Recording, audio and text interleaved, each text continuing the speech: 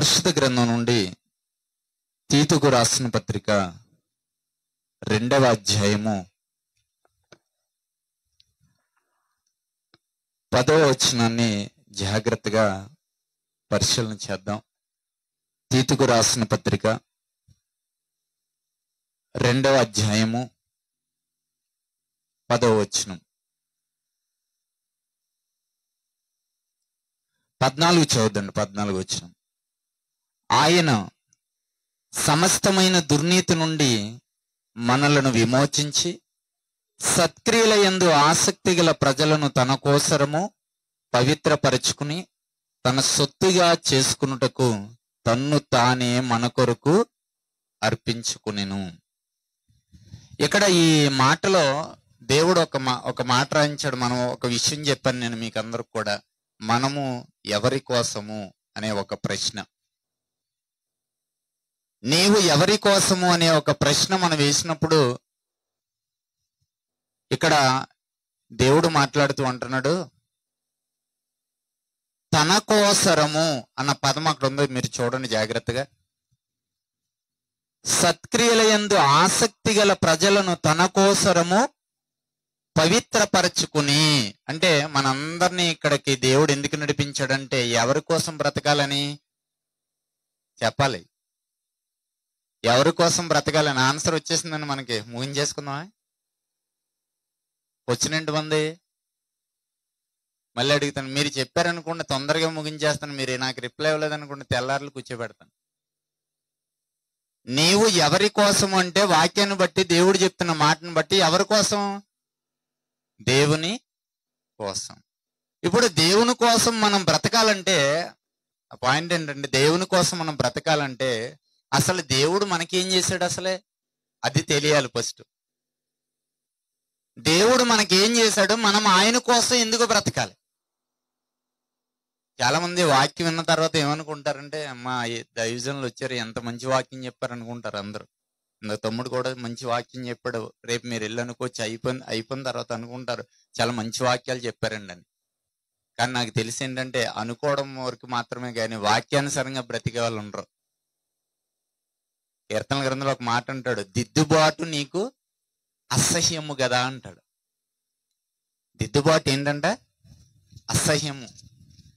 ఒక ఆస్తిపరుడు పేద వ్యక్తిని పెళ్లి చేసుకున్నాడంటండి.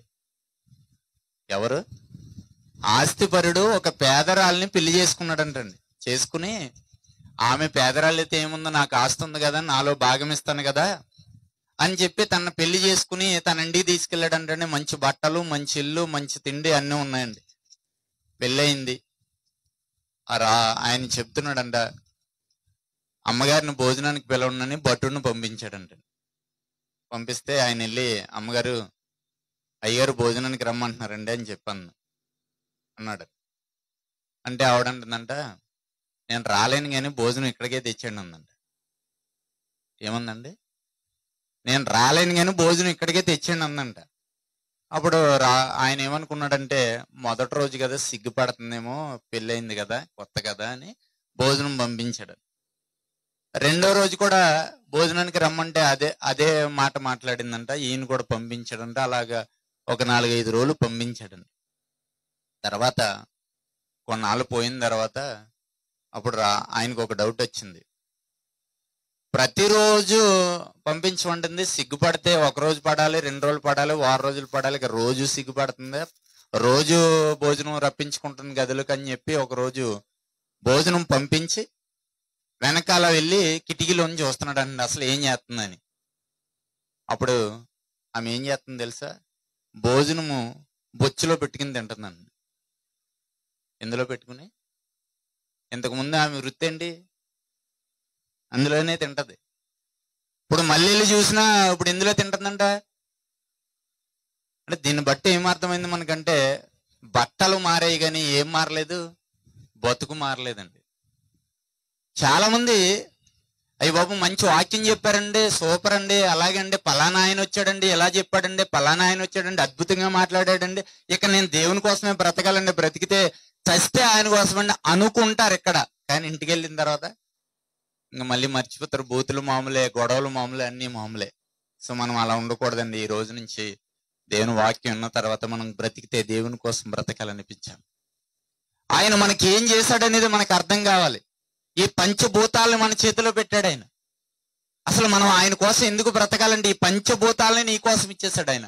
పంచభూతాలంటే నింగి, నేల, నీరు, నిప్పు, గాలి, సమస్తాన్ని నీ చేతిలో పెట్టేశాడు. ఒక్కసారి కొన్ని ఆలోచిద్దామండి. దేవుడు ఎన్ని గొప్ప కార్యాలు మన పట్ల చేశాడో మనం ఎందుకు బ్రతకాలి అని మనం ఆలోచిస్తానండి. ఒక చెట్టు దగ్గరికి మీరు వెళ్ళండి. ఒక చెట్టు దగ్గరికి వెళ్ళండి. చెట్టు చిన్నగా ఉందనుకోండి, ఎక్కడ పెట్టుకుంటామండి చెట్టుని? చెప్పాలండి. చిన్నగా ఉందండి, మొక్క ఎక్కడ పెడతాం? పట్టుకొచ్చి కుండీలో వేసి గోళ్ళ మీద, బిల్డింగ్స్ మీద పెట్టుకుంటాం. ఎందుకు పెడతారు? అందంగా కనబడాలి. సరే, ఆ మొక్క పెద్దదైందండి. పెద్దదయ్యాక ఏం చేస్తుంది చెట్టు? చెప్పండి. పెద్దదయ్యాక ఏం చేస్తుంది? నీడనిస్తుంది. ఇంకా చెప్పాలి. నేను అన్నాను, మీరు చెప్తే నేను వదులుతానండి, లేదా వదలను. ఇక ఇంట్రడక్షన్ ఇది. చెట్టు ఏం చేస్తుంది? నీడనిస్తుంది, గాలినిస్తుంది. తర్వాత కాయలు కాసి ఎన్నేళ్ళు కాస్తుంది? దాంట్లో ఓపుకున్నంత వరకు కాస్తుంది. కాసి కాసి కాసి ఎన్ని ఫలాలు మనకి ఇచ్చేస్తుందండి. ఇక కాయలను బాబు నా పని అయిపోయిందని చెట్టు ఎండిపోయింది అనుకోండి, ఏం చేస్తారు? నరికేసి కట్టెలు తెచ్చి పొయ్యిలో పెట్టేస్తాం అండి. పొయ్యిలో పెట్టిన తర్వాత ఏమైనా వదిలేందని మళ్ళీ బొగ్గులు తెచ్చి ఇస్త్రీ చేసాం. బూడి తట్టుకెళ్ళి అంట్లు తోమాం. పాపం అంట్లు తోమే కనబడకుండా పోయింది కాబట్టి వదిలేమని, లేకపోతే వదలందండి కదా. అప్పటికి అంటే ఒక చెట్టు వల్ల ఎన్ని ఉపయోగాలు ఉన్నాయండి. ఒక చెట్టు మనకి ఎన్నో ఎవరు పెట్టారు చెట్టుని భూమి మీద? ఎవరు పెట్టారు? చెట్టు లేకపోతే అసలు బతుకుతాడా మనిషి? ఈరోజు గాలి కావాలి మనిషికి. రోజుకి ఎంత గాలి కావాలో తెలుసండి? 3 సిలిండర్లు కావాలండి. ఒక సిలిండర్ కాస్ట్ ఎంతో తెలుసండి? 700 రూపాయలండి మినిమం. 3 సిలిండర్లు ఎంత అవుతుంది? 2100 అవుతుంది, 2000 అవుతుంది. అంటే ఆ లెక్కను మీరు లెక్కండి. జీవితకాలం 60 సంవత్సరాలు బతికితే 60 సంవత్సరాలకి ఎంత గాలి పీల్చుకున్నారో, ఎన్ని లక్షల కట్టాలో మీరు ఆలోచించండి. దేవుడు ఇస్తే ఒక చెట్టు ద్వారా, గాలి ద్వారా, సూర్యుడు వస్తే సూర్యుడి ద్వారా మొక్క బతికితే, మొక్క బతకడం ద్వారా గాలి వస్తే అప్పుడు మనం బతుకుతున్నామండి. ఇన్ని దేవుడు ఇస్తున్నాడండి. ఒక చెట్టు నీ కోసమే. ఇప్పుడు మనం కూర్చున్నాం చూడండి, ఈ భూమి మన కోసమే. ఇప్పుడు కూర్చున్న భూమి ఎవరి కోసం అండి? ఇది మన కోసమే. మనకే ఇచ్చాడు దేవుడు. భూమి మీద మొక్కలు మొలవాలి మన కోసమే. భూమి తిరగాలి మన కోసమే. మనం చక్కగా కూర్చున్నాం కానీ భూమి మీద భూమి మాత్రం చక్కగా ఒక చోట లేదండి. ఏం చేస్తుంది? అది తిరుగుతుంది. ఎంత వేగంతో తిరుగుతుంది? 1,11,600 కిలోమీటర్ల వేగంతో తిరుగుతుంది భూమి. మనం కూర్చున్నాం చూడండి ఈ భూమి, కానీ మనం మాత్రం కదలట్లేదు. విచిత్రం కాదా? ఎవరి కోసం భూమి? మన కోసమే. 1,00,000 కిలోమీటర్ల వేగంతో తిరుగుతున్న ఒక్క యాక్సిడెంట్ కూడా ఏనాడు జరిగిందన్న దాఖలాలు లేవు. ఎవరు నడిపిస్తున్నారంటారు? ఎవరి కోసం అంటారు? మన కోసమే. చూసారా పాయింట్? మనం ఒక క్వశ్చన్ వేస్తే ఎన్ని ఆన్సర్లు వస్తున్నాయి. మనం ఆయన కోసం ఎందుకు బతకాలంటే, చెట్టు నీ కోసం ఇచ్చాడు ఆయన, గాలి నీ కోసం ఇచ్చాడు ఆయన. గాలి దేవుడి దగ్గరికి వెళ్ళి, ప్రభువా ప్రతిరోజు ఉత్తరం నుంచి దక్షిణానికి, దక్షిణ నుంచి ఉత్తరానికి తిరుగుతున్నాను ప్రభువా, ఒక్క రోజు నాకు సెలవవ్వా అని అడిగింది అనుకోండి, మన పరిస్థితి ఏంటి చెప్పాలి? ఇక మట్టిలో పెట్టాడు మిమ్మల్ని అందరినీ. ఎవరో పెట్టాల్సిన లేదు, పెడతాక ఎవరు ఉంటారు ఇంకా భూమి మీద? ఒక్కరోజు సెలవు, ఒక్కరోజు కాదు, ఒక్క నిమిషం సెలవు అడిగినా సరే మన జీవితాలు ఏమైపోతాయండి. అనుక్షణము గాలి మన కోసమే సృష్టింపబడింది. సూర్యుడు ప్రతిరోజు ఉదయించాలి, ప్రతిరోజు అస్తమించాలి. ఏ రోజైనా ప్రభు దగ్గరికి వెళ్ళి, ప్రభువా నేను ఈ రోజు సెలవు తీసుకుంటానని అడిగాడా? అడగలేదు. మన కోసం నిత్యము పని చేయాలి. మనకున్న సెలవులు second Saturday, Sunday, festival days, summer holidays, long leaves, sick leaves అన్ని ఎవరికి ఉంటాయి? మనకుంటాయి సెలవులు. కానీ ఎవరికి లేదు చెప్పండి? గాలికి లేదు, సూర్యుడికి లేదు, భూమికి లేదు, ఆకాశానికి లేదు. ఈ పంచభూతాలన్నీ మన కోసమేనండి. సమస్తం మన కోసమే. ఇక బైబిల్లో ఒక మంచి మాట ఉంటుందండి. కీర్తనల గ్రంథము 104వ అధ్యాయము, కీర్తనల గ్రంథము 104వ అధ్యాయము 14వ వచనం చదవండి. అందరూ కూడా జాగ్రత్తగా తీద్దామండి. మనకు అర్థం అవ్వాలి దేవుడు మనకి ఏం చేస్తాడో అర్థమవుతే ఖచ్చితంగా ఆయన కోసం బ్రతకాలనిపిస్తుందండి. 104వ కీర్తన 14వ వచనం. పశువులకు గడ్డిని నరుల ఉపయోగమునకు కూర ముక్కలు చేశాడంటండి. బాగా వినాలండి అందరూ కూడా. పశువులకి ఏమిచ్చాడంట చెప్పాలండి. మీ నోటితో మీరు చెప్పాలి. నాకు స్టేజ్ మీద ఉన్న దైవజనులు కదా నాకు చెప్పేది. పశువులకి ఏమిచ్చాడంటమ్మా? గడ్డి. మన నరులకి చెప్పండి. కూర మొక్కలండి ఎన్ని రకాలు ఉంటాయి? బీరకాయలు చెప్పండి లిస్టు. బెండకాయలు, దొండకాయలు, చిక్కుడుకాయలు, ఆనపకాయలు, పొట్లకాయలు, టమాటాలు, ఎన్ని రకాలు ఉన్నాయండి? యాపిళ్ళు, దానిమ్మ పళ్ళు, రకరకాల ఐటమ్స్ అండి. ఇన్ని ఐటమ్స్ ఉన్నాయి కాబట్టి మనకి ఐటమ్స్ మారతాయి. పొద్దున్న టిఫిన్ చేసాను కొన్ని ఇడ్లీ, మధ్యాహ్నం ఏం తింటారు? అన్నం తింటారు. రాత్రికి అన్నం తింటే ఇష్టం లేకపోతే ఏం తింటారు? ఫ్రైడ్ రైస్ తింటారో, లేకపోతే 65 తింటారో, 75 తింటారో, ఏం తింటారో అది తింటారు. ఎందుకు తింటున్నారు ఇవన్నీ? రకరకాల ఐటమ్స్ ఎలా వచ్చినాయి? ఈ రోజు ఇడ్లీ తింటే రేపు పూరి తింటారు, రేపు పూరి తింటే ఎల్లుండి చపాతీ తింటారు. డైలీ ఇడ్లీ తింటారా? తినరు. రోజుకో ఐటెం, పూటకో ఐటెం. ఎలా వచ్చినవి? పప్పు దినుసుల వల్ల. పప్పు దినుసులు ఎలా వచ్చినాయి? మొక్కల నుంచి. మొక్కలు ఎలా వచ్చినాయి? భూమి నుంచి వచ్చినాయి. కూర మొక్కల్ని మన కోసం ఇచ్చాడండి. అందుకే రకరకాల ఐటమ్స్ తింటాం మనం. కానీ అదే గేదెల దగ్గరికి ఆవులు ఉన్నాయా మన గ్రామంలో? వెళ్ళండి అడగండి. గేదె నువ్వు పొద్దున్న ఏం తింటావు అంటే ఏం చెప్తుంది? గడ్డి. లంచ్ ఏంటమ్మా నీకు? గడ్డి. డిన్నర్ ఏంటమ్మా? గడ్డి. రేపేంటి? ఎల్లుండా? వచ్చే నెలలో? వచ్చే సంవత్సరంలో? గడ్డే. కాతో 2 రకాలు, పచ్చిగడ్డి, ఎండుగడ్డి. సో అవి చూడండి ఏం చేస్తున్నాయంటే గడ్డి తింటున్నాయి అవి పశువులు. మనుషులు ఏం తింటున్నారంటే శ్రేష్టమైనవన్నీ తింటున్నారు. మొత్తం అన్ని మనవే. పనికొచ్చేది ఏది? ఆవులకి గేదెలకి ఏరండి. వరి పంట పండిస్తారు, కోత కోస్తారు. గడ్డి ఎవరికి? పశువులకి. ధాన్యం ఎవరికి? మనకి. రైస్ మిల్లుకి వెళ్ళాక బియ్యం ఎవరికి? మనకి. తౌడు ఎవరికి? గేదెలకి. ఇంటికి వచ్చాక అన్నం ఉండేక గింజ ఎవరికి? పశువులకి. అన్నం ఎవరికి? మనకి. చెత్త అంతా దానికి. ఓ మాటలో చెప్పాలంటే వేస్ట్ దానికి, టేస్ట్ మనకి. మరి ఇప్పుడు టేస్ట్ తిన్నా మనం ఎలా బతుకుతున్నాము? వేస్ట్ తిన్నా అవి ఎలా బతుకుతున్నాయి చెప్పండి. వేస్ట్ తిన్నా అవి ఎలాంటి పాలు ఇస్తున్నాయంట? డాక్టర్లు అంటున్నారు కొన్న పాలు తాకండి, స్వచ్ఛమైన గేదె పాలు తాకండి. స్వచ్ఛమైన పాలు. ఆ పాలు నుంచి వెన్న వస్తుంది, వెన్న నుంచి నెయ్యి వస్తుంది. ఆ నెయ్యి ఎన్ని స్వీట్లలో పాలు ఎన్ని స్వీట్లు వేస్తారు, ఎన్ని రకాల ఐటమ్స్ తయారు చేస్తున్నారు. ఏమంటే ఒక గడ్డి తిన్నటువంటి మనకి పనికి రాదు అని ఏదైతే చెత్త అని మనం అనుకున్నామో ఆ చెత్త వేస్తే ఆ చెత్త తిని స్వచ్ఛమైన తెల్లటి పాల ద్వారా ఎన్నో ఐటమ్స్ మనకి ఇస్తుంటే టేస్ట్ తిన్న మనం ఎలా బ్రతుకుతున్నాం ఈ రాత్రి ఆలోచించండి. గొప్ప గొప్ప అన్ని అనుభవిస్తున్నాం, మనం ఎలా బ్రతుకుతున్నాం ఒక్కసారి ఆలోచించండి. మనం దేవుని కోసం బ్రతకాలి అని అనిపిస్తుందండి ఇవన్నీ ఆలోచించినప్పుడు. ఎన్ని రకాల ఐటమ్స్ అండి. ఈ ప్రకృతిని చూస్తే ఎన్ని పాఠాలు నేర్చుకోవచ్చండి. ఒక తాడి చెట్టు దగ్గరికి వెళ్ళారనుకోండి, అసలు ఎన్ని సదుపాయాలు అందులో పెట్టాడండి. ఇప్పుడు అంటే బిల్డింగ్లు కడుతున్నారు కానీ చాలా మంది. ఒకప్పుడు ఇల్లు కట్టాలంటే ఏం కొట్టాలి తెలుసా? తాటి చెట్టు కొట్టాలి, దోలాలు కొయ్యాలి, తాటాకులు నరకాలి. ఏమండి దాని నుంచి వచ్చే ముంజులు అంటారు అంటే ఎంత స్వచ్ఛమైన ఆరోగ్యకరమైన ఫుడ్ అండి అది. చల్లదనాన్ని ఇచ్చేది. ముంజులు తింటే ఇష్టం లేకపోతే మళ్ళీ ఏమైపోతాండి? అయ్యి తాటికాయలు అయిపోతాయండి. తాటికాయలు కూడా తిని తిని పడేసేస్తే టెంకలు ఏమవుతున్నాయంట చెప్పండి? మళ్ళీ తేగలు తినేసాక మళ్ళీ బుర్రలో ఏముంటుందంట? బుర్ర గుంజు. ఏమండి మళ్ళీ ఆ బుర్రలు నేను వదులుతున్నామో మళ్ళీ ఎక్కడెట్టేస్తాం? వాటిని పట్టుకెళ్ళి పొయ్యిలో పెట్టేస్తాం. ఒక్క తాడి చెట్టు వల్ల, ఒక వేప చెట్టు వల్ల, లేకపోతే ఇంకో చెట్టు వల్ల ఎన్ని ఉపయోగాలు దేవుడు మనకి ఇచ్చాడండి. ఇవన్నీ దేవుడు ఇచ్చింది మన కోసమే ఇచ్చాడండి. మనం అనుభవిస్తున్నామండి.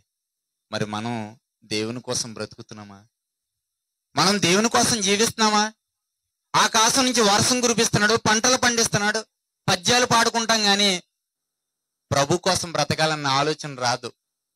స్కూల్లో పద్యం ఉంటది, ఎండలు కాసేది ఎందుకురా అంటే వర్షం కురిసేటందుకురా, మబ్బులు పట్టేటందుకురా, మబ్బులు పట్టేది ఎందుకురా అంటే వానలు కురిసేటందుకురా, వానలు కురిసేది ఎందుకురా అంటే పంటలు పండేటందుకురా, పంటలు పండేది ఎందుకురా అంటే కడుపులు నిండేటందుకురా, కడుపులు నిండేది ఎందుకురా అంటే మనుషులు బ్రతికేటందుకురా అని పద్యాలు పాడుకున్నాం కానీ ఆ పంటలు పండడానికి కారణం, మన కడుపులు నిండడానికి కారణం, ఈ రోజు ఇంత ఆరోగ్యకరంగా బ్రతకడానికి కారణం ఎవరండి?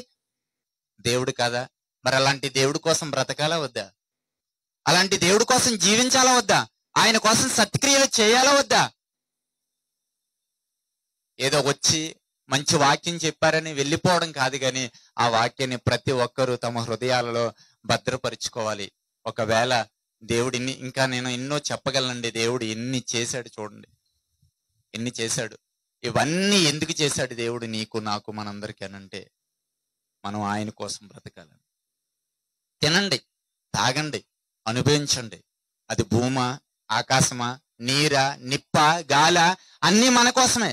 కానీ ఇన్ని అనుభవించిన తర్వాత ఒకవేళ మనం దేవుని కోసం బ్రతకపోతే పరిస్థితి ఏంటి? ఇది చెప్పి నేను ముగిస్తా. ఇన్ని ఇచ్చిన దేవుడు మనల్ని ఆశిస్తున్నది ఏంటంటే మీ హృదయాల్ని పవిత్రంగా నాకు ఇవ్వండి, సత్క్రియలు చేయండి, సమాజంలో సువార్త కోసం బ్రతకండి, యేసుక్రీస్తు వారిని నమ్మండి, రక్షణ పొందండి, పరలోకం స్వతంత్రించుకోండి అని చెప్తున్నాడు ఆయన. ఇన్ని అనుభవించిన తర్వాత ఒకవేళ మనం దేవుని కోసం బ్రతకకపోతే అప్పుడు ఏం జరుగుతుంది? కొరింథీయులకు రాసిన రెండవ పత్రిక, కొరింథీయులకు రాసిన రెండవ పత్రిక 5వ అధ్యాయము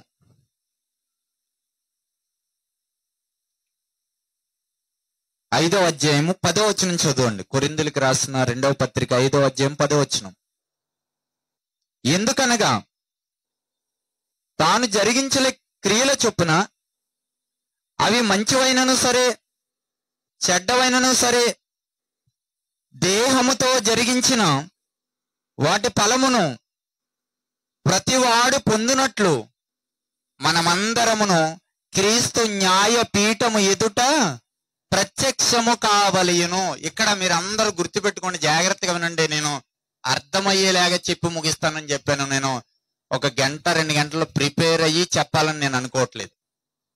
ఎంతైనా చెప్పగలను, కానీ మనకు అర్థమయ్యాక ముగించేస్తాను. మనం ఆయన కోసం బ్రతకాలి అని దేవుడు అనుకున్నప్పుడు ఎందుకు బ్రతకాలి అని అంటే ఆయన మనకి ఇవన్నీ చేశాడు. ఈ సర్వ సృష్టిని నీ చేతిలో పెట్టాడు, మనిషికి ఇచ్చాడు. అనుభవిస్తున్నావు, తింటున్నావు, త్రాగుతున్నావు, బతుకుతున్నావు. మరి ఇప్పుడు ఒకవేళ ఇన్ని దేవుడు ఇచ్చినవన్నీ అనుభవించిన తర్వాత ఆయన కోసం బ్రతకకపోతే అప్పుడేంటి పరిస్థితి అంటే ఆయన చెప్తున్నాడు, మనమందరమును క్రీస్తు న్యాయ పీఠము ఎదుట ఏం కావాలంటండి? ప్రత్యక్షము కావాలి. మనందరం ప్రత్యక్షం కావాలి. ఇది ప్రతి ఒక్కరికి అర్థం కావాలి. ఎందుకంటే సాతాను మాయ చేస్తున్నాడు. మాయ ఎలా మాయ చేస్తాడు తెలుసా? సాతాను ప్రతి ఒక్కరిని గాలము వేసి గుచ్చి ఏం చేస్తున్నాడంటమ్మా? లాగుతున్నాడు, వలేస్తున్నాడు. వేటగాడి గురించి తెలుసా మీకు? ఈ లోకంలో వేటగాడు ఎలా ఉంటాడు తెలుసా? పక్షిని పట్టుకునేటప్పుడు అంట నోకలు జల్తాడంటండి. ఏం జల్తాడమ్మా? నోకలు జల్తాడు. దేవుని కోసం బ్రతకకుండా మనల్ని ఆడు ఎలా దారి తప్పిస్తాడో చెప్పడానికి చెప్తున్నాను. ఒక వేటగాడు లాంటి వాడాడు. వేటగాడు ఏం చేస్తాడు తెలుసా? నోకలు జల్తాడు. పక్షి అనుకుంటది, రోజు కష్టపడే పక్షి ఈ రోజు అమ్మయ్య కష్టపడక్కర్లేకుండా నాకు ఏం దొరికింది ఇవాళ? ఆహారం దొరికేసిందని చక్కగా వెళ్తుంది. కానీ వాడు దానికి తెలియకుండా పైన ఏమేశాడు? వాలేసాడు. చిక్కుకుంది, దొరికింది, ప్రాణం పోయింది. ఈసారి వేటగాడు మళ్ళీ నూకలు జల్లాడు, పక్షి మళ్ళీ వచ్చింది. ఇంతకుముందు పక్షికి ప్రమాదం జరిగింది చూసుకుంది, నూకలు చూస్తుంది, పైన వలందో లేదో చూస్తుంది. చూసుకుని అవి తినడానికి వెళ్ళింది. వల లేదు, నూకలు మాత్రమే వేశాడు, వల ఇలా వెళ్ళింది. చెట్టు చాటున ఉన్నాడు, బాణం పట్టుకుని కొట్టేశాడు. ఈసారి మళ్ళీ వేటగాడు మళ్ళీ నూకలు చల్లాడు. పక్షి వచ్చింది, నూకలు చూస్తుంది, ఉన్నాయి. వల చూస్తుంది, లేదు. చెట్టు చాటును చూస్తుంది, అక్కడ కూడా లేడు. ఈసారి రూటు మార్చాడు. ఏం చేశాడు? నూకల్లోనే మత్తు మందు కలిపేశాడు. సాతాను పట్టుకోవడానికి పక్షిని పట్టడానికి ఎన్నో రకాల ప్రయోగాలు చేస్తున్నాడు. అలాగే అపవాది కూడా మనల్ని పట్టుకోవడానికి ఎన్నో రకాల వలేస్తుందండి. కొంతమందికి బెట్టింగ్ అనే వలేస్తుంది, కొంతమందికి వ్యభిచారం అనే వలేస్తుంది. లోకల్లో కూడా ఒక నానుడు ఉంటుందని పెద్దలు అంటారు, కాంతం కనకం కీర్తి అంట. ఏంటండి అవి? కాంతం కనకం కీర్తి. కాంతం అంటే వ్యభిచారం, కనకం అంటే డబ్బు, కీర్తి అంటే పొగడ్తలు. ఇందులో ఏదో ఒక దానికి మనిషి పడతాడంటే సాతాను కూడా అలాగే మాయ చేస్తున్నాడు. దేవుని కోసం బ్రతకకుండా, ఒకవేళ తెలుసుకున్నా బ్రతకనివ్వకుండా దేవునికి దూరం చేయాలని ఎన్నో ప్రయోగాలు చేస్తాడు. ఒకవేళ అలా మనం మోసపోతే ఆయన న్యాయ తీర్పులోనికి వెళతామంట. అప్పుడు దేవుడు నువ్వు చేసే మంచి పనులని లేదా నువ్వు చేసే చెడ్డ పనుల్ని అక్కడ ఆయన ఫైల్ ఓపెన్ చేస్తాడు అని చక్కటి మాట ప్రకటన గ్రంథంలో ఉంటుంది. చూద్దాం, ప్రకటన గ్రంథం 20వ అధ్యాయము 12 మంచి మాటలండి చెప్పి ముగించేస్తాను. ప్రకటన గ్రంథం 20వ అధ్యాయం 12వ వచనం. 20వ అధ్యాయం 12వ వచనం. మరియు గొప్పవారేమి కొద్దివారేమి మృతులైన వారందరూ ఆ సింహాసనం ఎదుట నిలువబడి ఉండట చూచితిని. అప్పుడు గ్రంథములు విప్పబడిను, మరియు జీవ గ్రంథమును వేరొక గ్రంథము విప్పబడిను. ఆ గ్రంథముల యందు రాయబడి ఉన్న వాటిని బట్టి తమ క్రియల చొప్పున మృతులు ఏం పొందుతారంటండి? తీర్పు పొందుతారు. అంటే మనందరి మరణం సంభవించిన తర్వాత ప్రభు దగ్గరికి వెళ్ళాక మనకు ఒక ఫైల్ ఉంది ఆయన దగ్గర. ఆ ఫైల్ ఓపెన్ చేస్తాడంటండి. కొద్ది నిమిషాలు జాగ్రత్తగా వినండి, ముగిస్తాను. ఈ భూమి మీద మనం చనిపోయామనుకోండి, వెంటనే ఏం చేస్తారు తెలుసండి? గవర్నమెంట్ వాళ్ళు మన రేషన్ కార్డు క్యాన్సిల్ చేస్తారు. ఒక డెత్ సర్టిఫికేట్ ఇచ్చి ఏ విధంగానూ నీ పేరు ఈ భూమి మీద ఉండదు. ఒకవేళ మనం 10 ఎకరాలు సంపాదించినా మనం చచ్చిపోయాక పిల్లలు ఏం చేస్తారండి? వెంటనే మార్చేస్తారు. డెత్ సర్టిఫికేట్ తెచ్చుకుని అన్ని మార్చేసుకుంటారండి. ఇల్లు అయినా, పొలాలైనా, స్థలాలైనా అండి, లాకర్లో ఉన్న బంగారం అయినా వాళ్ళ పేర్ల మీదకి ట్రాన్స్ఫర్ చేయించేసుకుంటారు. ఖచ్చితంగా ఈ భూమి మీద మన పేరంటూ ఉండదు. ఒకవేళ ఏదో తప్పులు చేసి పోలీస్ స్టేషన్ లో పేరు నమోదైనా కోర్టు పోలీస్ స్టేషన్ వాళ్ళు కూడా ఏం చేస్తారు? ఇక చచ్చిపోడు కాబట్టి ఈయన పేరు తీసేయండి అంటాడు. కానీ అసలు ట్విస్ట్ ఏంటంటే చచ్చేక లేపేవాడు ఒకడు ఉన్నాడు. ఆయన ఎవరు? యేసుక్రీస్తు. చనిపోయిన తర్వాత తట్టి లేపుతాడు మనల్ని. లేపి అడుగుతాడు. అప్పుడు లెక్క ఏమడుగుతాడు? ఎవరిని అడుగుతాడు? దేవుని కోసం బ్రతకకుండా ఈ భూమిని, నింగిని, నేలను, చెట్లు అన్నిటిని అనిపించేసాం కదా. వాస్తవానికి దేవుడు ఇచ్చాడంటారా? ఒప్పుకుంటున్నారు అందరూ కూడా. దేవుడే ఇచ్చాడంటారా? అవన్నీ దేవుడే ఇచ్చాడు, ఇవ్వలేదా? చెప్పరండి అమ్మ. యాపిల్ కాయకి రంగు ఎవరు వేసారు? మనం వేసామా? దేవుడు వేసాడా? లేదా శాస్త్రవేత్త వేసాడా? చెప్పాలి. యాపిల్ కాయకి రంగు ఎవరు వేసారండి? దేవుడే కదా. వంకాయకి పచ్చ రంగు ఎవరు వేసారు? తెల్ల వంకాయ అంటాం. లేదంటే దానిమ్మకాయకి ఎర్ర రంగు, లేకపోతే పుచ్చకాయ పైనేమో పచ్చగా ఉంటది, లోనేమో ఎర్రగా ఉంటది. ఎవరేసారంటారు? కొబ్బరికాయ ఏమో అసలే అదే మూత ఎవరెట్టారు తెలియదు, లోన నీళ్ళు ఎవరు పెట్టారు తెలియదు. మనిషి ఎవరైనా పెట్టారంటే నమ్మశక్యం కాదు. ఎవరు పెట్టి ఉంటారు? దేవుడే కదా. సమస్తాన్ని పెట్టింది ఆయనే, కలిగించింది ఆయనే. ఇప్పుడు ఆయన మరణం తర్వాత లెక్క అడుగుతున్నాడు. అబ్బాయి లేదా అమ్మా, నువ్వు భూమి మీద నేను ఇచ్చినవన్నీ అనిపించావు కదా. అనిపించాను ప్రభా, నా కోసం బ్రతికావు. ఒకవేళ బ్రతికితే పర్వాలా, ఒకవేళ దేవుని కోసం బ్రతకకపోతే అప్పుడు వెళ్ళి లెక్క అడుగుతాడండి. ఆ లెక్కకు సమాధానం చెప్పగలరా? లెక్క అడిగినప్పుడు నేనంటే ఎవరనుకున్నావు తెలుసా? మా ఊర్లో వార్డు నెంబర్ అంటే కుదరదు, ప్రెసిడెంట్ అని నేనంటే కుదరదు, లేకపోతే వీరప్పన్ మొయిలీ నిన్ను అన్నాడని ఆడి మీసలాటిని గెడ్రేస్తాడు నరకంలోకి. నేను ప్రధానమంత్రిని అంటే కుదరదు, అమెరికా అధ్యక్షుడిని అంటే కుదరదు, మరణం తర్వాత నువ్వు దేవుని కోసం బ్రతకపోతే నువ్వెవరైనా నీ రికమెండేషన్ పనిచేయవు. అక్కడ దేవుడు లెక్క అడుగుతాడు. ఆ లెక్కకి నువ్వు సరిగ్గా సమాధానం చెప్పగలగాలి. ఎంతటి వాడినైనా లెక్క అడుగుతాడైనా. ఒకవేళ ఒప్పుకుని నువ్వు నిజాయితీగా యథార్థంగా బ్రతికితే నేను లెక్క అడగడాయన. నువ్వు ఎన్ని తప్పులు చేసినా, ప్రభా నా తప్పుని క్షమించాను నువ్వు ఒక్కసారి అడిగి ఆయన కోసం బ్రతికితే నువ్వు చేసిన తప్పులు నేను అడగడు. కానీ దేవుని కోసం బ్రతకకుండా గనక చనిపోయామా అప్పుడు లెక్క అడుగుతాడు. ఏం చెప్తారండి అప్పుడు లెక్క అడిగితే? చాలా మంది ఎన్నో తప్పులు చేస్తూ ఉంటారు. వాట్సాప్ లో మెసేజ్లు ఎట్టేస్తూ ఉంటారు, రాంగ్ మెసేజ్లు, లేదంటే రాంగ్ పర్సన్ తో మాట్లాడడం, అక్రమ సంబంధాలు పెట్టుకోవడం, రకరకాలుగా చేస్తారు. ఇప్పుడు వాట్సాప్ లో మెసేజ్లు చేసేసుకుని అమ్మ నాన్నకి తెలియకుండా ఉండాలని ఏం చేస్తారు వాళ్ళు? మళ్ళీ క్లియర్ చాట్. ఒకవేళ క్లియర్ చాట్ చేయకపోతే కొంతమంది ఉంటారు తెలుగుగా ఎవ్రీ వన్ డిలీట్ కొడతారు వాళ్ళు. అంటే ఇంకా కనపడకుండా దేవతలా ఉండదు, అవతలా ఉండదు అనమాట. మొత్తం డిలీట్ చేసావు, ఇంకా ఏమి లేదు, నేనేం తప్పు చేయలేదు అంటారు వీళ్ళు అమ్మ నాన్న ముందు. కానీ దేవుని దగ్గర రికార్డు మొత్తం ఉంటది. నువ్వు ఎవరితో ఏ మెసేజ్ పెట్టావో, ఏ రోజు ఏ మెసేజ్ పెట్టావో, అండి ఎక్కడ నడుచుకుంటూ వెళ్ళావో, ఎక్కడ పరిగెత్తుకుంటూ వెళ్ళావో, ఎవరితో మాట్లాడావో, ఏం మాట్లాడావో, ఎవరితో అక్రమ సంబంధం పెట్టుకున్నావో, నీ భార్యని ఎన్నిసార్లు మోసం చేసావో, లేదా నీ భర్తను ఎన్నిసార్లు మోసం చేసావో, తల్లిదండ్రులను ఎన్నిసార్లు మోసం చేసావో, మొత్తం మొత్తం లిస్ట్ అంతా ఆయన దగ్గర ఉంటుంది. అందుకే పైలు అన్నాడు, ప్రకటన గ్రంథంలో అన్నాడు ఆయన గ్రంథములు విప్పుతాడంటండి. అవి విప్పితే మనం తట్టుకోలేమంతే. ఇక అప్పుడు వాన ఉండదు. ఇప్పుడు నేను ఇన్ని ప్రసంగాలు చేస్తున్నాను కదా, ఇంత బాగా చెప్తున్నాను కదా, చెప్పిన తర్వాత నేనే కనుక వెళ్ళిపోయి చెడ్డగా బ్రతికితే చచ్చిపోయిన తర్వాత దేవుడు తీర్పులోనికి తీసుకొచ్చినప్పుడు నన్ను కనుక అడిగి అబ్బాయి నీకు నరకం ఇస్తున్నా అన్నాడు అనుకో, అదేంటి ప్రభు నేను అంత ప్రసంగం చేశాను కదా, ఎందుకు నాకు నరకం ఏంటి అని అడిగాను అనుకోండి, అప్పుడు దేవుడు నా యొక్క హిస్టరీ అంతా ఎక్కడెత్తాడు? స్క్రీన్ మీద ఎత్తాడు. ఏంటి ఎంత ఎంత ఉంటుంది తెలుసా ఆయన స్క్రీన్? చూడండి పైకి. మన స్క్రీన్లో ఎంత ఉంటాయి? మన ఎంత ఉంటాయి? 32 ఇంచు, 48 ఇంచు, 72, మహా అయితే 100 ఉంటది. కానీ ఆయన స్క్రీన్ ఎంత పెద్దది పైకి చూడాలి. అప్పుడు ప్రపంచంలో ఉన్న అందరూ చూస్తారనమాట. అప్పుడు లోకంలో బతికాడు కూడా చెప్తాడు, ఈడేంటి అన్ని ప్రసంగాలు చేసాడు, ఇంతలాగా బతికాడా, ఇదే జీవితం అని చెప్పి ఉమ్మూతాడు. నరకంలో ఉన్నాడు కూడా ఉమ్మూతాడు అప్పుడు. అందుచేత ఎలాంటి కాల్ డేటా అయినా, ఎలాంటి వాట్సాప్ మెసేజ్లైనా, ఎలాంటి పనులైనా, నీ అడుగులు, నీ మాటలు, నీ చూపులు అన్ని లిస్ట్ ఆయన దగ్గర ఉంటది. అది ఓపెన్ చేశాడా ఆ రోజు మన జీవితం ఏంటి ఒకసారి ఆలోచించండి. అందుకే ప్రభు ప్రతిదీ లెక్క అడుగుతాడు.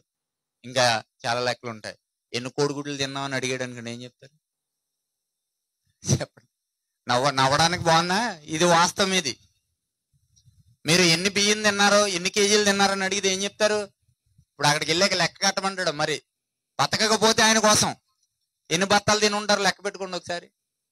రోజుకి ఒక 1/2 కేజీ లెక్క వేసుకున్నా నెలకే ఎన్ని కేజీలు అవుతాయండి? కనీసం 5 కేజీలు 6 కేజీలు తింటాం కదా. అలా జీవితకాలం మొత్తం మీద ఎన్ని బత్తాలు తిని ఉంటామండి? ఎన్ని కోడిగుడ్లు తిని ఉంటారు, ఎన్ని కోళ్ళు తిని ఉంటారు, ఎన్ని మేకలు తిని ఉంటారు అసలు? అంటే ఇలా చెబితే చాలా మందికి కొంచెం ఇబ్బందిగా ఉండొచ్చేమో, కానీ వాస్తవాలు ఇవి. ఎవరిచ్చారు అవన్నీ? మనం ఇచ్చామండి. కోడి ముందా గుడ్డు ముందా అంటే ఏముందని చెప్తారు? కోడే ముందు ఎవరు పుట్టించారు? దేవుడే పుట్టించాడు. సమస్తం ఆయన ఇచ్చిన వాటికి ఆయన లెక్క అడుగుతాడు. లెక్క అడిగినప్పుడు ఏం చెప్పగలవు? ఎంత గాలి పీల్చుకున్నావు లెక్కగట్టు, ఎన్ని సముద్రపు చేపలు తిన్నావు లెక్కగట్టు, ఎన్ని చెట్లను అనుభవించావు లెక్కగట్టు. దేవుడు అడిగితే ఏమైపోవాలో ఒక్కసారి ఆలోచించండి. ఆయన లెక్క అడుగుతాడండి. లెక్క అడిగిన రోజున లెక్క చెప్పలేక మనం ఈ లోకంలో ఆయన కోసం బ్రతకపోతే మనందరికీ సిద్ధపరచబడింది ఏంటి తెలుసా? నిత్య నరకము. నిత్య నరకాన్ని దేవుడు మనందరికి సిద్ధపరిచాడు. ఆ భయంకరమైన వేదనకరమైనటువంటి ఆ నరకంలోనికి జారిపోకూడదని యేసుక్రీస్తు వారు 2000 సంవత్సరాల క్రితం ఈ భూమి మీదకి వచ్చారు. అలా నరకంలోనికి జారిపోకూడదని తమ్ముడోళ్ళు ఇంత కష్టపడుతున్నారు. అలా నరకంలోనికి జారిపోకూడదని ఎంతో దూరం ప్రయాణం చేసి నేను మీ మధ్యకు వచ్చాను. ఎవరు ఏది సంపాదించుకోవాలని కాదు. ఆస్తులు మనకు అవసరంలే, అంతస్తులు మనకు అవసరంలే. కోట్ల ఆస్తున్న వాళ్ళు క్షణాల్లో ప్రాణం విడిచి వెళ్ళిపోతున్నారు. ఈ విషయం అర్థమైందండి ఎవరికి? మోసేకి అర్థమైంది. పాత నిబంధనలు ఉన్న మోసేకి ఆయనకి ఏం కనబడుతుంది తెలుసండి? అక్కడ మంట ఒకటి చెలరేగిందండి. పొద కారట్లేదు, మంట ఆరిపోవట్లేదు. పొద కాలిపోవటం లేదు, మంట ఆరిపోవటం లేదు. ఏంటి విచిత్రం? ఎప్పుడు కొత్త నిబంధనలు కదా, పాత నిబంధనలోనే మోసే గారికి అర్థమైంది, ఆ అగ్ని ఆరదు, పురుగు చావదు. మనమే ఒక చెత్త కుప్ప ఇక్కడ వేసామండి, ఒక అగ్గిపుల్ల అంటించామండి పెట్రోల్ పోసి. అంటించినప్పుడు ఏమవ్వాలంటే ఆ కుప్ప అయినా కాలిపోవాలి, లేదా మంట అయినా ఆరిపోవాలి. విచిత్రం ఏంటంటే మోసే దగ్గర ఆ చెత్త కాలిపోవట్లేదు, మంట ఆరిపోవట్లేదు. ఏంటి విచిత్రం అంటే 2000 సంవత్సరాల క్రితం వచ్చినటువంటి మోసే తర్వాత 1000 సంవత్సరాల తర్వాత వచ్చినటువంటి యేసుక్రీస్తు వారు చెప్తున్నారు, అగ్ని ఆరదు, పురుగు చావదు. అది కనబడింది ఆయనకి. అది కనబడగానే ఆయన ఒకటే ఫిక్స్ అయిపోయాడు. వాళ్ళ అమ్మ అడుగుతుంది మోసేని, ఇవన్నీ చదివించడానికి నా టైం లేదు. మోసేని వాళ్ళ అమ్మ అడుగుతుంది, ఏమని తెలుసా? మోసే, అరే ఒక్కసారి అమ్మాని పిలవరా, పెంచుకుందామే. ఐగుప్తు రాజు చంపేస్తున్న టైంలో ఆయన జమ్ము పెట్టిలో దాచిపెట్టినప్పుడు అతన్ని తీసుకెళ్లి పెంచుకుంది ఐగుప్తు రాజు కూతురు రాని.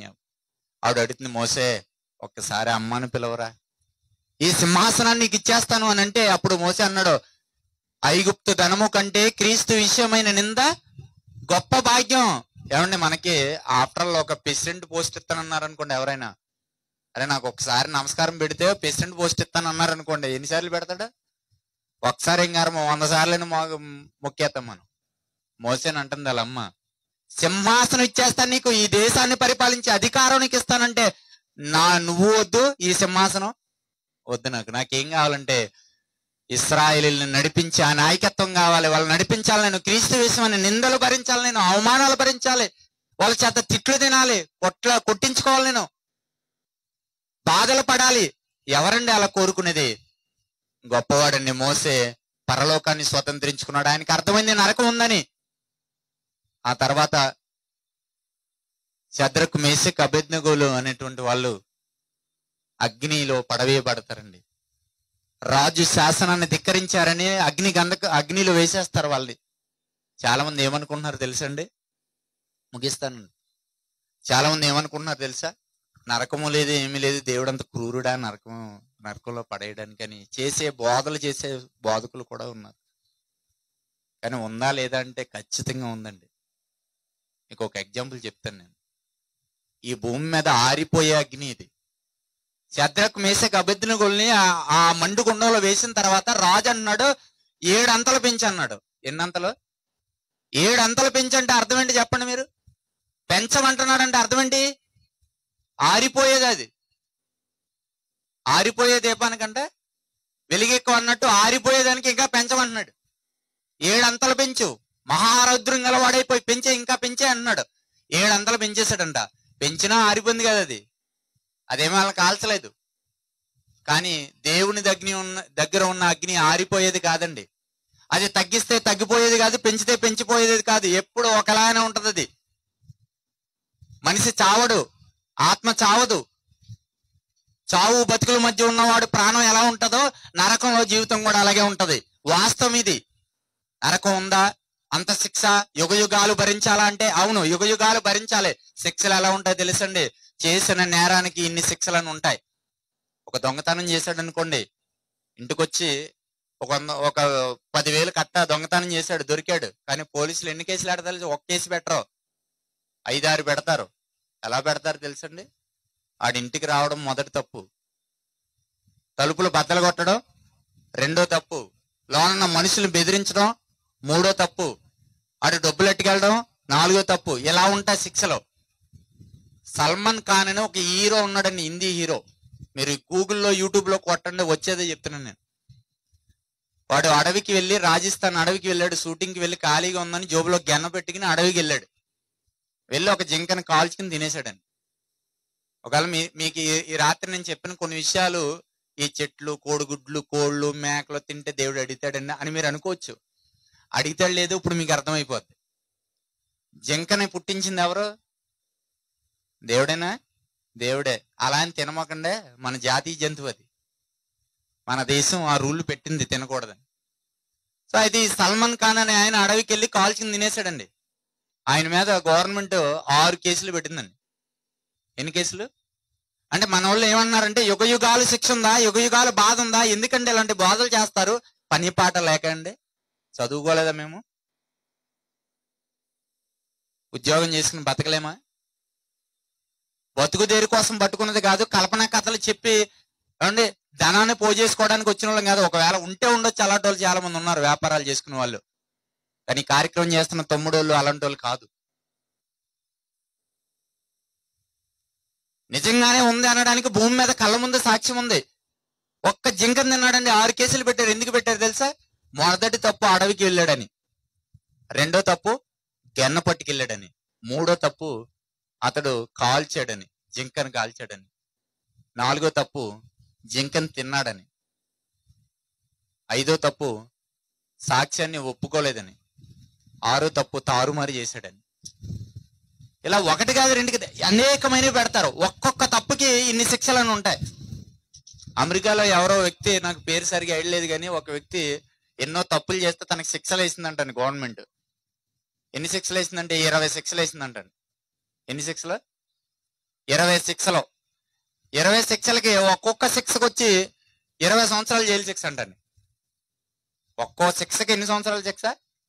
20. ఇప్పుడు 20 ఇంటూ 20 కొడితే ఎంత అవుతుందండి? 400 సంవత్సరాల శిక్ష. బతికేది ఎంత మనిషి? 60 లేదా 70. పోను 100 అనుకుందామండి, 200 అనుకుందామండి, ఇంకెంత ఎక్స్ట్రా ఉంది? 200 ఉంది. బతికేది ఇడు 100 సంవత్సరాలు అయితే 400 సంవత్సరాల శిక్ష ఉంది. శిక్ష ఏంటంటే అదే యుగ యుగాల శిక్ష కూడా అలాగే ఉంటది. ఎన్ని తప్పులు చేసావు, ఎన్ని అబద్ధాలు ఆడావు, ఎన్ని సంసారాలు కూల్చావు, ఎంతమందిని పాడు చేసావు, ఎంత అసూయతో రగిలిపోయావు, ఎంత పగ నీకు, ఎంత కోపం నీకు, ఎంత ద్వేషం నీకు. ఏమన్నా ఉంటాక ఇలా ఉంటాం కానీ మనిషి అనేవాడికి నిలువెత్తు పగండి, కోపం అండి. అవునా కాదా? మనుషులందరికి కోపం తగ్గదండి. ఇలా పైగా మాట అంటారు తెలుసా, చచ్చినాడు గుమ్మం దొక్కని నన్ను అంత మాట అన్నాడు. మళ్ళీ ఎక్కడికి వస్తాం? మళ్ళీ బైబిల్ పట్టుకుని మనం చర్చికి వస్తాం. పైగా మాట్లాడదు, చచ్చినా గుమ్మం దొక్కను. అబ్బా ఎంత గొప్ప డైలాగ్ అండి. దేవుడు ఏం చెప్పాడు తెలుసా అండి? కోపం గురించి దేవుడు ఏం చెప్పాడు తెలుసా? సూర్యుడు అస్తమించే వరకు మీలో ఏముండకూడదు? కోపం ఉండకూడదు, పోవాలి అర్జెంటుగా. మనకి ఇది గుర్తుండదు. మనకి ఏం గుర్తుండదు? సూర్యుడు వచ్చాడు, పొద్దున ఏం పెట్టాలి వాట్సాప్లో? గుడ్ మార్నింగ్, మధ్యాహ్నం గుడ్ ఆఫ్టర్నూన్, సాయంత్రం గుడ్ ఈవినింగ్. ఇక సూర్యుడు వెళ్ళిపోతే గుడ్ నైట్. ఎన్ని చెప్పాం? సూర్యుని చూసే 4 చెప్పాం రోజు. ఏమైనా ఉపయోగం ఉందా మన ఆత్మీయ జీవితానికి అంటే ఏమి లేదు. అదే సూర్యుని చూసి నీ ఆత్మీయ జీవితానికి ఉపయోగపడింది. దేవుడు ఏం చెప్పాడు? సూర్యుడు అస్తమిస్తా నీకేం పోవాలి? కోపం పోవాలి. ఇది గుర్తులేదు, ఇంకెక్కడ పరలోకం వెళ్తామండి? శిక్షలు ఉన్నాయి. చేసిన ప్రతి తప్పుకి దేవుడు లెక్క అడిగితే, నువ్వు తిన్న బియ్యానికి, నువ్వు తిన్న కోళ్ళకి, నువ్వు తిన్న మేకలకి, నువ్వు తిన్న పీల్చుకున్న గాలికి, అనుభవించిన సూర్యుడికి, భూమికి, సమస్తానికి దేవుడు లెక్క అడిగితే ఏం చేస్తాం? ఎక్కడ కట్టగలవు ఆయనకి? ఫైన్ కట్టలేనోడు ఏమనుభవించాలి చెప్పండి అమ్మా? ఫైన్ కోర్టులోకి చిన్న చిన్న కేసులకి వెళ్తా ఉంటారు. ఓ 10,000 20,000 ఫైన్ వేస్తారు. కట్టలేకపోతే ఒక 5 నెలలు జైల్లో ఉండంటారు. మనం కూడా అంతే. మరణించాక ఎక్కడి నుంచి తెచ్చి కడతాం? ఒకవేళ మనం అనుకోవచ్చు, నాకండి 10 ఎకరాలు ఉందండి, కట్టేస్తానండి తిన్నాట్లకి అన్నీ అనుకున్నా అనుకో, చనిపోయాక అక్కడ ఉంటుంది నీకు పొలం. ఆల్రెడీ వాళ్ళు మార్చేశారు కదా. మనసు పెట్టి ఆలోచించండి. తిన్న ప్రతి దానికి, అనుభవించిన ప్రతి దానికి దేవుడు లెక్క అడుగుతాడు. అందుకోసం మనం ఈ భూమి మీద ఎవరి కోసం బ్రతకాలి చెప్పండి? మీరే చెప్పాలి. నీవు ఎవరి కోసం చెప్పండి? నీవెవరి కోసం? ఈ సృష్టి ఎవరి కోసం? ఈ సృష్టి ఎవరి కోసం అండి? మన కోసం. మనం ఎవరి కోసం? దేవుని కోసం. ఆయన కోసం బ్రతకపోతే, ఆయన కోసం జీవించకపోతే మనకి పరలోకం లేదండి. మనం ఆయన కోసం బ్రతకాలి. ఆయన ఇచ్చినవి అనుభవిస్తున్నాం. ఆయన ఇచ్చినవి మనం అనుభవించినప్పుడు ఆయన కోసం బ్రతకపోతే నిత్య నరకానికి మనం పాత్రలైపోతాం. ఆ నరకం నుంచి తప్పించడానికి యేసుక్రీస్తు వారు ఈ లోకానికి వచ్చి శిలువ యాగం చేశారు, బలియాగం చేశారు.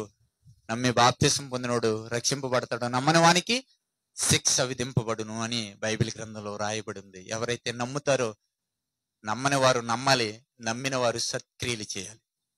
నమ్మిన వారి గురించి బైబిల్ ఒక మాట మాట్లాడుతూ మత్తయి సువార్త 5వ అధ్యాయము 13వ వచనం ఒకసారి చదవండి, ముగించుకుందాం. మత్తయి సువార్త 5వ అధ్యాయము 13వ వచనం. నమ్మని వారు నమ్మాలి, రక్షణ పొందాలి. నమ్మిన వారు ఏం చేయాలో చూడండి. నమ్మిన వారు ఏం చేయాలి? మత్తయి సువార్త 5వ అధ్యాయం 13వ వచనం. మీరు లోకమునకు ఉప్పై ఉన్నారు. అందరూ వినండి, ముగిస్తున్నాను. మీరు లోకమునకి ఏమై ఉన్నారంట? ఇక్కడ ఎంతమంది బాప్తిసాలు పొందారు? చేతులు ఎత్తండి, మొత్తం అందరు ఎత్తండి, ఎవరు సిగ్గుపడద్దు. ఇప్పుడు దాకా నేను చెప్పిన వాక్యం రక్షణ లేని వాళ్ళకి, ఇప్పుడు నేను చెప్తున్న వాక్యం రక్షణ పొందిన వాళ్ళకి. రక్షణ పొందిన మనందరినీ దేవుడు ఏమంటున్నాడు తెలుసా? మీరు లోకమునకి ఏమైనారు? మళ్ళీ మీరు అందరూ చెప్పాలండి, చెప్తేనే ముగిస్తాను, నేను ముందే చెప్పా, మీకు బండగా గుర్తుండిపోవాలి మైండ్లో. మీరు లోకమునకి ఏమైనారు అంటే మనం ఎవరు ఇప్పుడు? చెప్పరండి అమ్మా, మనం ఎవరు ఇప్పుడు? దేవుడు మనల్ని అంటున్నాడు, నా ఉప్పు కదా అంటున్నాడు. ఎవరైనా పిల్లల్ని ఎలా పిలుచుకుంటారండి? ఎవరైనా పిల్లల్ని ఎలా పిలుచుకుంటారండి? నా బంగారం కదా, నా వెండి కదా, నా కొండ కదా, నా కోట కదా, నా డైమండ్ కదా అంటారు. కానీ ఎవరైనా నా ఉప్పు కదా అంటారా? అంటారా? కానీ దేవుడు ఏమంటున్నాడు? మీరు నా ఉప్పు అన్నాడండి. మీరు లోకానికి ఉప్పు అయి ఉన్నారు. ఉప్పుకి ఎందుకు పోల్చాడో తెలుసా? ప్రతిదీ బుర్ర పెడితే అర్థమవుతుందండి. మీరు లోకానికి ఉప్పు అయి ఉన్నారంటే ఉప్పుకున్న లక్షణాలు ఏంటి? 4 లక్షణాలు ప్రాథమికంగా. ఒకటి, ఉప్పుకుండే లక్షణం అంటే తెలుసా? దేవుడు మనల్ని ఎలా ఉండాలని కోరుకున్నాడు అని మనం సరిగా వినకపోతే మనకు అర్థమవుతుంది. మనల్ని దేవుడు ఉప్పులా ఉండాలని కోరుకున్నాడు. ఎందుకు ఉప్పుతో పోల్చాడు అని అంటే, ఉప్పుకి 4 లక్షణాలు ఉంటాయి. ఆ 4 లక్షణాలు ఏంటో చెప్పి ముగిస్తాను. ఒక్క లక్షణం ఏంటంటే, మొదటిది మలినాన్ని తొలగిస్తుంది. దేన్ని? ఎగ్జాంపుల్ ఏంటి తెలుసా? చేపలు తోమేటప్పుడు ఏం వాడతారండి? ఎందుకు వాడతారు? చేపలు ఎందుకు వాడతారు? కంపు పోవాలి. ఏ కంపు? నీచు కంపు. కంపు, మలినం పోవాలి, వేస్ట్ పోవాలి అని అంటే ఉప్పు వాడాలి. ఇప్పుడు మనల్ని కూడా దేవుడు ఏమని కోరుకున్నాడు? మీరు ఉప్పు అన్నాడు. ఇప్పుడు మనలో ఉన్న లేదా లోకంలో ఉన్న వాళ్ళ మలినాన్ని ఎవరు తొలగించాలి? ఇప్పుడు ఉప్పు తొలగించాలి. అందుకే నిన్ను నన్ను దేవుడు ఎలా పోల్చాడు? ఉప్పుతో పోల్చాడు.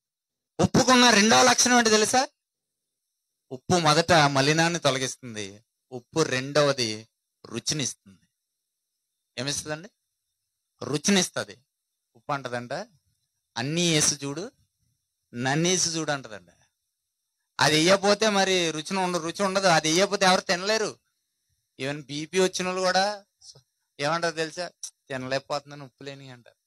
తింటే అలాగ ప్రమాదం, అయినా కూడా తినాలనే భ్రమ. అంటే ఉప్పు ఖచ్చితంగా ఉండాలి, రుచి ఉండాలంటే. సో ఇప్పుడు మన మాటలు ఎలా ఉండాలంటే ఉప్పు రుచినిస్తుంది. మన మాటలు ఎలా ఉండాలంటే రక్షణ పొందిన వాళ్ళు మన మాటలు ఎలా ఉండాలంటే రుచినిచ్చేవిగా ఉండాలి. ఒకటి, మలినాన్ని తొలగించాలి. మనం ఎంతో మంది లోకంలో పాపంలో శాపంలో పడి ఉన్న వాళ్ళు ఉన్నారు. వాళ్ళ దగ్గరికి వెళ్ళాలి, సువార్త ప్రకటించాలి, డబ్బులు ఖర్చు పెట్టాలి, ప్రయాసపడాలి, సమయాన్ని వెచ్చించాలి, వాళ్ళని పాపం నుంచి బయటికి లాక్కి రావాలి. చేపల్లో ఉన్నటువంటి మలినాన్ని ఎలాగైతే ఉప్పు తొలగిస్తుందో, ఉప్పు ఉన్న మనం లోకంలో ఉన్నటువంటి వారి యొక్క పాపాన్ని తొలగించి ప్రభువుకు నడిపించాలి. 2, మన మాటలు రుచినివ్వాలి. రుచిగల మాటలు మాట్లాడాలి. ఆ మాటలు ఎవరి అయితే రుచిగా ఉంటాయి? ప్రభువు అయితేనే రుచిగా ఉంటాయి. ఇంకెవరి మాటలు రుచిగా ఉండవు. సినిమా గురించి మాట్లాడితే ఎవరు మారుమనసు పొందడు. సీరియల్ గురించి మాట్లాడితే ఎవరు మారుమనసు పొందుతారా? ఎంతమంది సీరియల్ సినిమాలు చూస్తున్నారు? ఇందులో చూస్తున్నారు, మానేశారా? చెప్పండి. అవి చూసి కదా పాడైపోయారు. పాపం. మన పిల్లలు ఉన్నారు ఇక్కడ, చాలా మంది చిన్నపిల్లలు సిరిపోని ప్యాంట్లు వేసుకుంటున్నారు కదండి. ఎక్కడ చూసి నేర్చుకున్నారు పాపం? చెప్పండి, ఎక్కడ చూసి నేర్చుకున్నారు? చిన్నప్పుడు అండి, నాకు బాగా గుర్తు, 9th క్లాస్ చదివేటప్పుడు ఇంటర్ దాకా నిక్కర్లు వేసుకుని వెళ్ళాం. 9th క్లాస్ చదువుతుంటే ఒక రోజు అండి, ఆట ఆడుకుంటున్నప్పుడు వెనకాల సిరిగిపోయిందండి. సిరిగిపోతే నేను సిగ్గుపడి చేత్తో ఇలా పెట్టుకుని ఎవరన్నా అడుగుతారు కదా, ఏదో బాగాలేనట్టుగా అలా నడుచుకుంటా, కిలోమీటర్ ఉంటుంది మా ఇల్లు. మధ్యాహ్నం భోజనం టైంలో నడుచుకుంటూ వచ్చి మా అమ్మ దగ్గరికి వస్తే ఏమైందిరా అంటే, అది చూపించి, అమ్మాయి ఇలా ఉంది పరిస్థితి అంటే, ఆవిడ సూదిలో దారిమిట్టు కుట్టేసి మళ్ళీ ఇస్తే తొడుకుని వెళ్ళాను. కానీ ఇప్పుడు మన వాళ్ళు ఏం చేస్తున్నారు తెలుసండి? సిరిగిపోని డబ్బులు ఇచ్చుకుంటున్నారు వెళ్ళి. ఎలా తయారయ్యారు అంటే, సినిమాలు సీరియళ్ళు, అందులో సిరిపోని వేస్తే వాళ్ళు సిరిపోని వేయాలి. వాళ్ళు ఏ డ్రెస్సులు అయితే ఆ డ్రెస్సులు వేయాలి. ఎందుకండి ఇలా పాడైపోయారు చాలా మంది. తల్లిదండ్రులు కూడా చాలా మంది అలాగే ఉన్నారు. మా కొడుకు మగోడు ఎవరంట, అయిపోబోయ్, మా ఊర్లో ఒక ఆయన అలాగే అంటున్నాడు. భార్య నుంచుకుని ఇంకొక ఆమె జీవితాన్ని నాశనం చేస్తే వాళ్ళ నాన్న వచ్చి అంటాడు ఒక ఆయన, మా కొడుకు ఏమనుకున్నా మగాడు ఏదైనా చేస్తాడు. అయ్యి బాబోయ్, ఎలా ఉన్నారు చూడండి. తప్పు చేసినప్పుడు ప్రతి తల్లిదండ్రులు పిల్లల్ని దండించాలి, ఖండించాలి, సరిచేయాలి.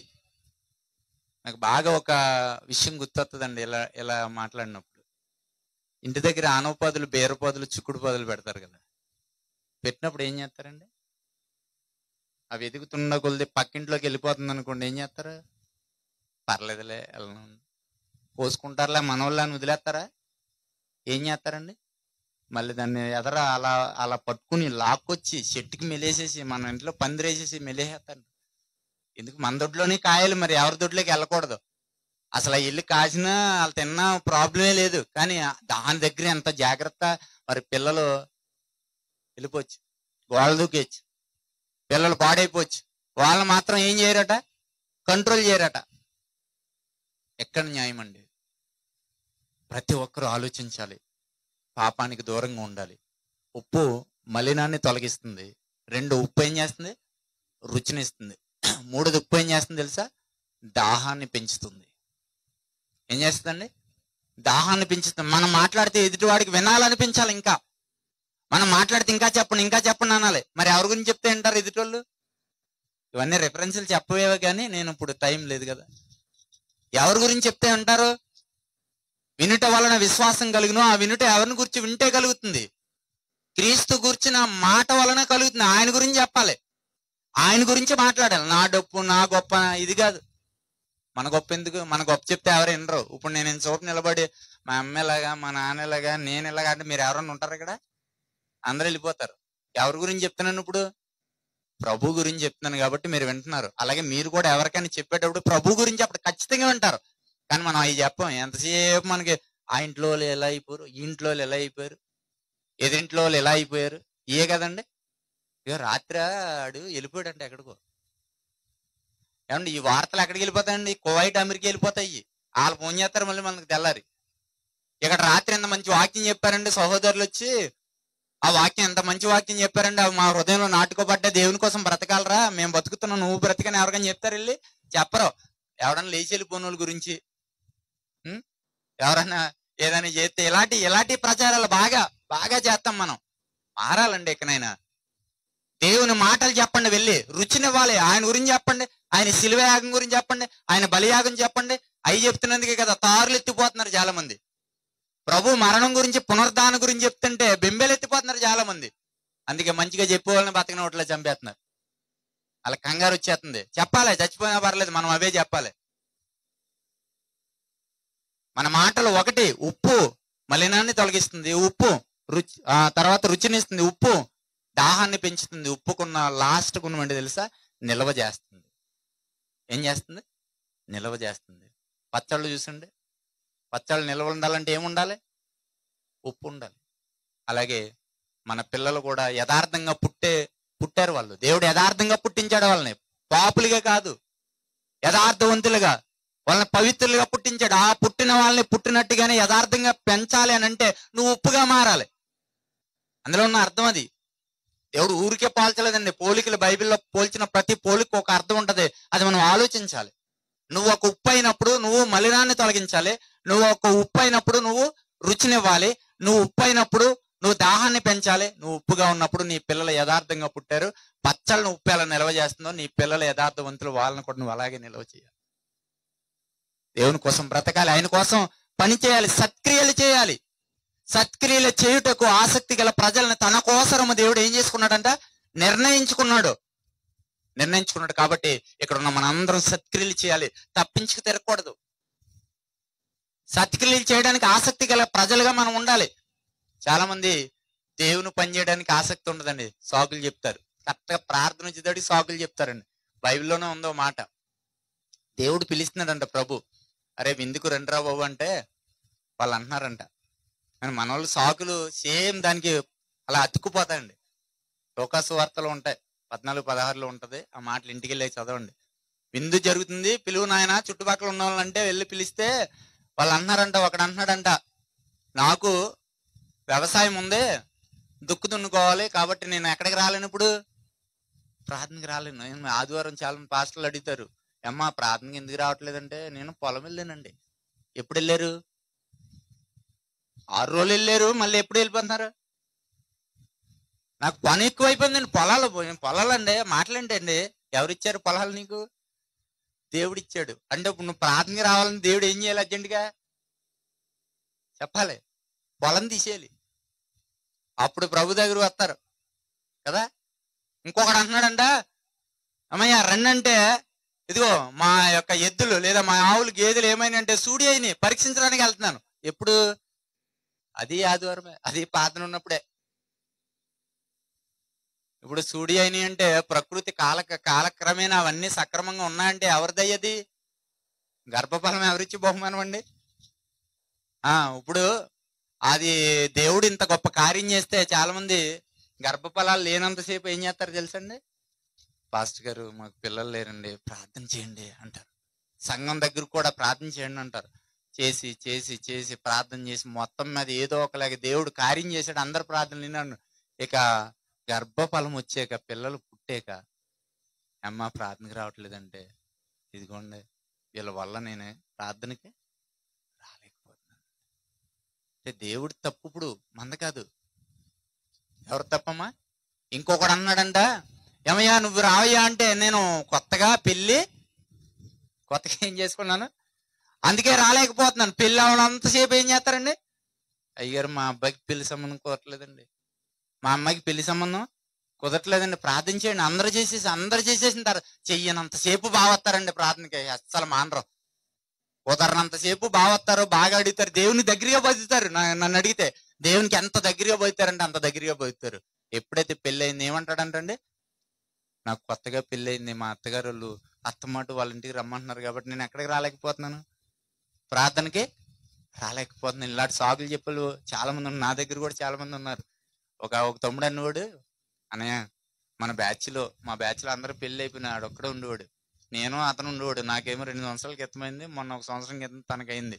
అన్నయ్య నాకు కూడా పెళ్లి అయితే నేను నా భార్యను తీసుకుని వచ్చేతను, నేను ప్రార్థన. నువ్వు సరే దేవుడు మొత్తం మీద కార్యం చేసి పెళ్లి అయితే, ఇప్పుడు పెళ్లి అయిన తర్వాత 1 వారం రాలేదండి, సంవత్సరం అయింది. అంటే ఇప్పుడు దేవుడికి దగ్గరగా ఉండాలంటే దేవుడు ఏం చేయాలి చెప్పండి?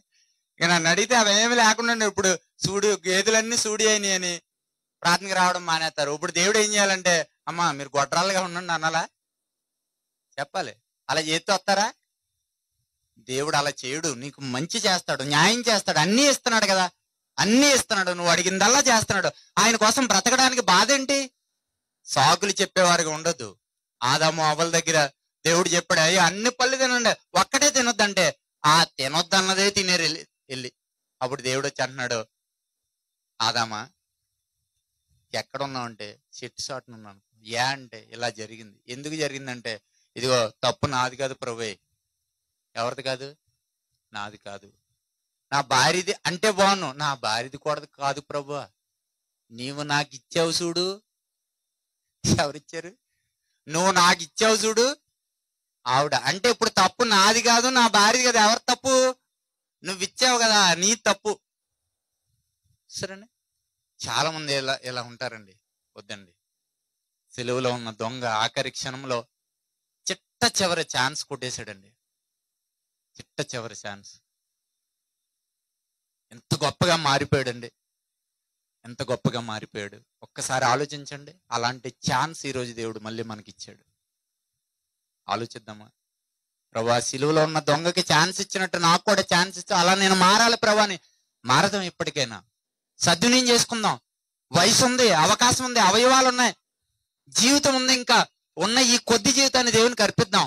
ఇప్పటికే 30, 40, 20, 50 సంవత్సరాలు అయిపోయిన వాళ్ళు కూడా ఇక్కడ ఉన్నారు. ఇంకెంతకాలం బ్రతుకుతాం మనం? మన ఆయుష్ కాలం 70 లేదు 80. భారతదేశ సగటు ఆయుష్ అయితే అంత లేదు, 58. ఇంకెంతకాలం బ్రతుకుతాం మనం? ప్రభువుని అడుగుదాం. ప్రభువా, పేతురుతో అంటున్నాడు, పేతురు నీవు ఇప్పుడే నడుము కట్టుకుని వెళ్ళాలి, ఎందుకంటే ఇప్పుడే నువ్వు పరుగు పెట్టగలవు. ముసలోడు అయిపోయావు, నువ్వు ఎక్కడికి వెళ్ళలేవు. వయసు అయిపోయిందని నువ్వు పాడలేవు. ఏమంటే చెప్పండి, వయసు అయిపోయిన వాళ్ళు బాగా పాడతారా, వయసులో ఉన్న వాళ్ళు బాగా పాడతారా? చెప్పండి. ఇప్పుడు నేను వయసులో ఉన్నాను కాబట్టి మైక్ కట్టుకుని నేను మాట్లాడగలుగుతున్నాను. ముసలోడిని అయిపోతే ఏమవుద్ది, ఇలా ఉంటది. నేను అప్పుడు మాట్లాడలేను. అప్పుడు నేను రెస్ట్ తీసుకోవాలి. వయసులో ఉన్నారు కాబట్టి ఇప్పుడు మీరు పాడాలి. ముసలోళ్ళు అయితే పాడలేరు. వయసులో ఉన్నారు కాబట్టి ఇప్పుడు మీరు ప్రార్థన చేయాలి. వయసులో ఉన్నారు కాబట్టి పని చేయాలి, పరిచర్య చేయాలి, దేవుని కోసం బ్రతకాలి, దేవుని కోసం త్యాగం చేయాలి. ఆయన కోసం ధనాన్నైనా శ్రమనైనా దేన్నైనా పెట్టుబడిగా పెట్టాలి. పరలోకం కోసం ప్రయాసపడాలి ప్రతి ఒక్కరు కూడా. పేతురు అలాగే చేశాడు. చచ్చిపోయే వరకు గొప్పగా బ్రతికాడండి. పౌలు యవనకాల జీవితాన్ని దేవునికి అర్పించేశాడు. యేసేపు యవనకాల జీవితాన్ని దేవుని అర్పించేశాడు. ఆఖరికి చివరికి యేసుక్రీస్తు వారు కూడా తన యవ్వన కాల జీవితాన్ని దేవునికి అర్పించేశాడు. ఈ రాత్రి ఇక్కడ ఉన్నటువంటి మనందరం కూడా ఆలోచించండి. అవయవాలు ఉన్నాయి, మంచి ఆయుష్ ఉంది, మంచి ఆరోగ్యం ఉంది, 3 పూట్ల తినడానికి తిండి ఉంది, కట్టుకోవడానికి బట్ట ఉంది, ఉండడానికి ఇల్లు ఉంది. ఇంతకంటే గొప్ప ఆశీర్వాదం ఈ ప్రపంచంలో ఇంకెవరికి ఉండదు. అంత గొప్ప ఆశీర్వాదం దేవుడు మనందరికి ఇచ్చాడు. సద్వినియోగం చేసుకోండి. నీవు ఎవరి కోసం అని అంటే ఎవరి కోసం? దేవుని కోసం. ఈ సృష్టి అంతా, ఈ ప్రపంచంలో ఉన్న ప్రతిదీ నీ కోసం నా కోసం దేవుడు సృష్టించాడు. ఇవేమీ ఆయనకు అక్కర్లా.